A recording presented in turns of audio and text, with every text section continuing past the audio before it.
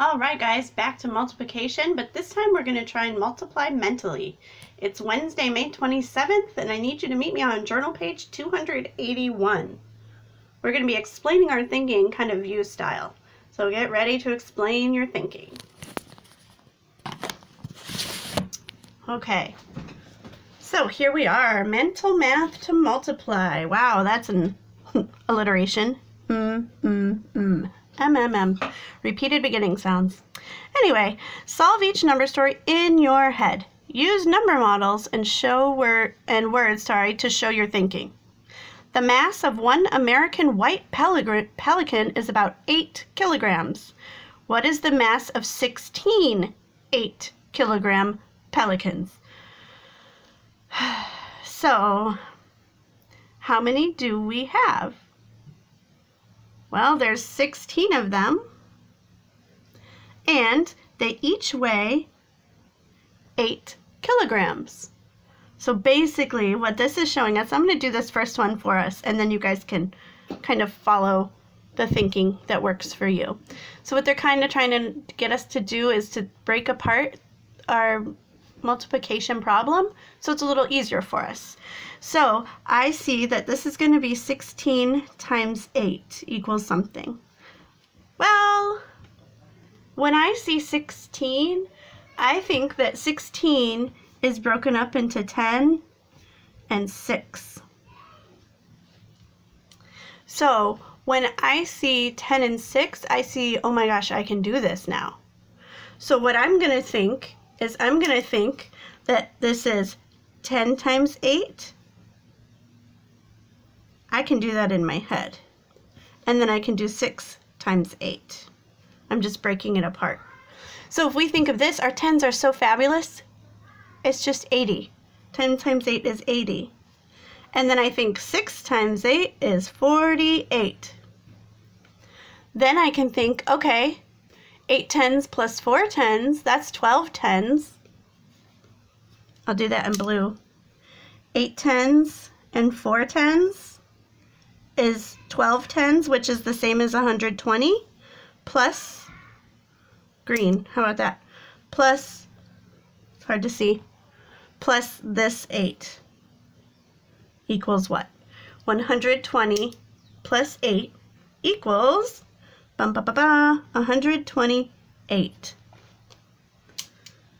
So even though when we think doing it mentally is without writing it down, I need to show you my thinking. That way I didn't just go over to my phone and go enter, and then just write the answer. So this is something we can do without paper, but I'm showing you because that's the point of mental math. I need to show you my thinking. Now there are some of you who are fancy, and some of you might have seen this as 16 might be 2 8s. Maybe you think of it that way. We all think differently. Mine immediately went to 10s, but you guys have some brilliant brains that will probably go a different way. You might think of 16 as 8 and 8 times 8. So you might see this as 8 times 8, 64, 8 times 8, and 64 is 128. You might think of it that way. That's the way Kevin's brain would go. My brain goes to the 10s because I like 10s a lot. His brain goes way different than mine, but he's got a brilliant brain. We both do. Just different from each other. So you guys are going to go through and you are going to find out explaining it. I did not want to use words. I used number models and arrows to figure that out. So I want you guys to try these other two on your own. And since it's Wednesday, I'll see you early in the afternoon from 2 to 3 so that we can go over these if you have questions and show you the answer. I will read this with you so we can sort out what we're looking for though. So number 2 says, one blue jay has a mass of about 75 grams. Okay. What bird could have about the same mass as 6 75-gram blue jays?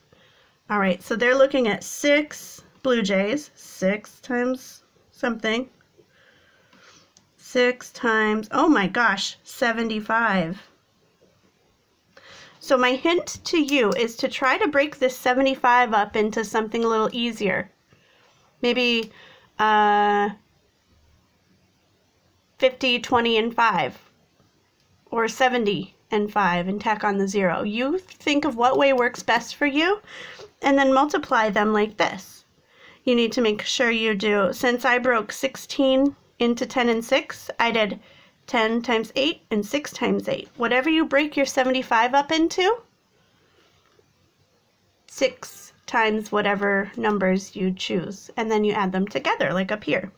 And then you have to tell me what bird equals something. So you're asking what bird equals this. Okay, that's for number 2. Lots of looking. And you go back and you look at the pages back here from yesterday. 277 and 278. These 2 pages with the birds on it. Okay? And number 3 says, one house sparrow has a mass of 35 grams.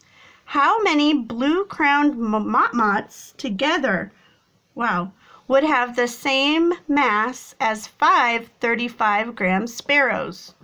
OMG. Okay, so we have to find, I'm just going to write blue motmots. This many blue motmots equals 5 times 35. That is what it's asking. The blue-crowned motmots. How many of them equal this? So you first have to find out how heavy 5 times 35 is. And then you need to go find the blue motmots. Oh my gosh, multi-step is all over here. Blue motmots.